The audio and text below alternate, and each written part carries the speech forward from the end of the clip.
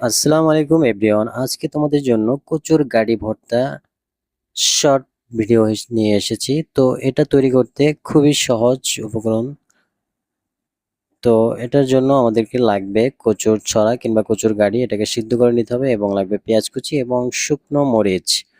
এবং আমরা কচুর গাড়ি যেটা সিদ্ধ করে নিয়েছি সেটাকে চটকে নিব। এবং তোমরা চাইলে এই ধরনের একটা জারে শুকনো মরিচগুলোকে এয়ারটাইট বক্সে রেখে দিতে পারো, এটা 1 মাস পর্যন্ত থাকবে। তো আমরা পেঁয়াজ এবং শুকনো মরিচ এবং কচুর কাটি এটাকে চটকে নিব। তো প্রথমে আমি শুকনো মরিচ চটকে নিয়েছি এক পেঁয়াজ দিয়ে ভালোভাবে এবং এর সাথে সরষের তেল ইউজ করেছি। এটা দেখতেই কিন্তু লোভনীয়, খুব সুন্দর হয়েছে। এবং আমরা কচুর কাটি যেটা সিদ্ধ করে নিয়েছি এটাকেও চটকে নিব এবং এটার সাথে রেডি করে ফিরে আসছি। তো এই দেখো ভর্তা তৈরি হয়ে গেছে, খুব রেডি।